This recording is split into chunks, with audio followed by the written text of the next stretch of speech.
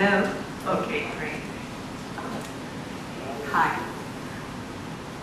Ladies and gentlemen, good evening again. Just like all the wonderful speakers who went before me, and the few who will come after me, can you please go back to slide 1? No, go back, go back, go back. That's right, don't move. Where's the gentleman who was supposed to move the slides according to the instructions? Could you follow this? All right, please. Thank you. Appreciate that very much. Thank you for the privilege of being with you today. All of you here are wonderful planners. We have our master planners and our urban planners here. I'm also a planner, but I'm an economic planner. So as an economic planner, what do? I'm also a social entrepreneur, which means that what I look for are people, resources, money, talent, and land. What do we do with these things? So I'm really very excited to be here, and today, this afternoon, I think through my little presentation, what I hope to show you are some of the wonderful things that I think have happened in Hoi An. The women are always asked, okay, what do we do with this thing? And they come up with all the details, right? So today you have, I think, the first woman speaker. So we'll give you the details. Sometimes conferences and meetings, they are really exciting events in human life because it is when people meet that we communicate ideas. You're moving ahead, my dear. Don't move ahead. Go back, go back. Go back to slide 1. Follow the thing, please. It is when people meet that we communicate ideas, and when minds meet that new collective ideas are born. Through the meeting of people, minds, and ideas, we sometimes create and build something that can propel new generations forward 100 years, 1,000 years, leaving legacies, good and bad. Today we're here for the good intent, and what we hope to leave behind is a legacy for the next 1,000 years. Dr. Tayo Antrum sent most of the speakers to read a paper to prepare for the conference. And as I read his paper, I fell in love with Hoi An all over again. I was first here about 6 months ago, and as I sat contemplating the river, I thought this place has an incredible sense of history and cycles of life. Hoi An is an old place. It is a place where many others long before us have gathered.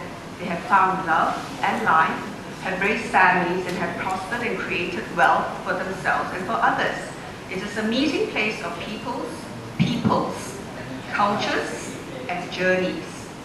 So when we cast our mind back 2 centuries, we realize that the merchant ships that came to harbor here must have chosen this for very special reasons. Whether it's because it was a natural port or whether it holds inherent treasures for the visitors, we can imagine that each seafarer or each sailor who came off his vessel onto dry land would have felt a sense of relief to touch ground once again, to smell something different in the air other than sea spray, and to catch the sight perhaps of a pretty face or 2 in the crowd. Vietnamese women are the most beautiful. And for that moment, the seafarer was home. And perhaps many of them did find their homes here in Hoi An, making families. They were adventurous and seekers, and they came here, and they must have found enough to want to return, to create cross-pollination of ideas, cultures, and indeed themselves, intermarrying and birthing children, adding to the total genetic pool of the Vietnamese people. I am not a historian, neither am I a geneticist, but I feel that it is through the cross-pollination of ideas, cultures, and the genetic pool that we create stronger civilizations than absolute homogeneity. Often, it is the immigrants to an established economy or a community that drives new growth, which we have witnessed in different major cities of the world, including London, New York, Melbourne, and Singapore. Dr. Tai calls Hoi An a place of manifest destiny. So what is this meaning, manifest destiny? I'm not quite sure. But there are places on earth where those of us who are spiritual will say these are where the ley lines, L-E-I, ley lines of the earth converge. And where these ley lines converge, people gather and cluster, and they build economic activities, they build lives, they build wonderful civilizations. And it is the convergences and the natural birthing of these energies because they're inevitable, that these places naturally attract the right ingredients to create the birthing of new civilizations on Earth. Hoi An has throughout history shown that it is indeed one of these places. Perhaps it was forgotten for a little while, but today it will be remembered and for the future. When I was here in Hoi An 6 months ago, and again I think I came in total probably, this is my 4th time, I was inspired as I walked around. Every corner I turned, I saw potentiality. Potentiality is the latent force of something waiting to happen. I feel that Hoi An is just a little forgotten, and now it's waiting to be rediscovered, waiting to be reawakened.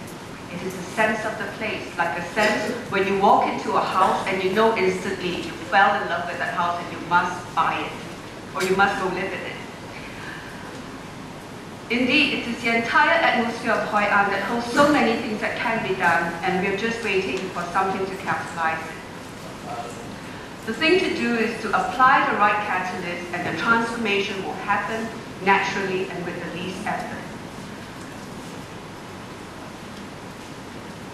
What I would like to do is, when I walk through potentiality later on, I will go through what it means, what I saw when I saw potentiality in Hoi An. But before I go there, I want to draw some experiences from the Singapore Economic Development Park. Slide, please.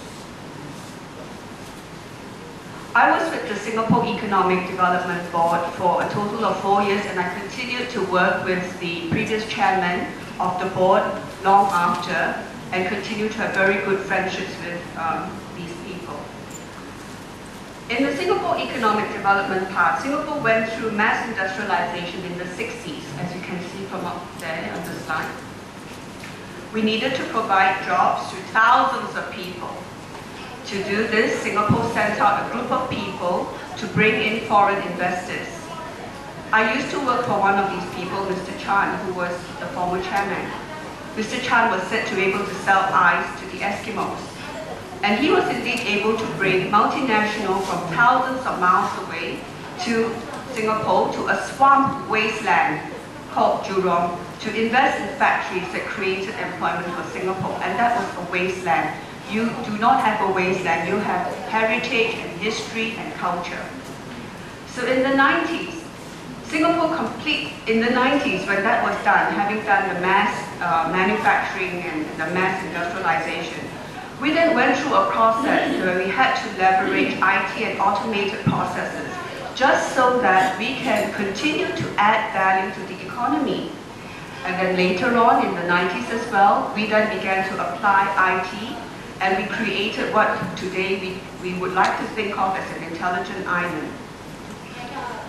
Then, this is economic development. It never stops, right? I mean, it goes on. Then later, what we found was that we had to regionalize, because we began to come to a position where we have created enough employment, we have created IT, we've created automation. What do we now do? So then we decided that we needed to adopt regionalization. I was in Singapore, in the Singapore EDB at that particular time. And I was there when we created the first Vietnam-Singapore Industrial Park. And the reason for that was that we ran out of land and we ran out of people, because there was only so much that you could do. So today, 15 years later, what do we see in Singapore? We begin to adopt something known as the creative economy. And from a position of branding where we were Singapore New Asia, we became Singapore Global City. Let me now go through, just very quickly, through this slide, what were the 5 lessons.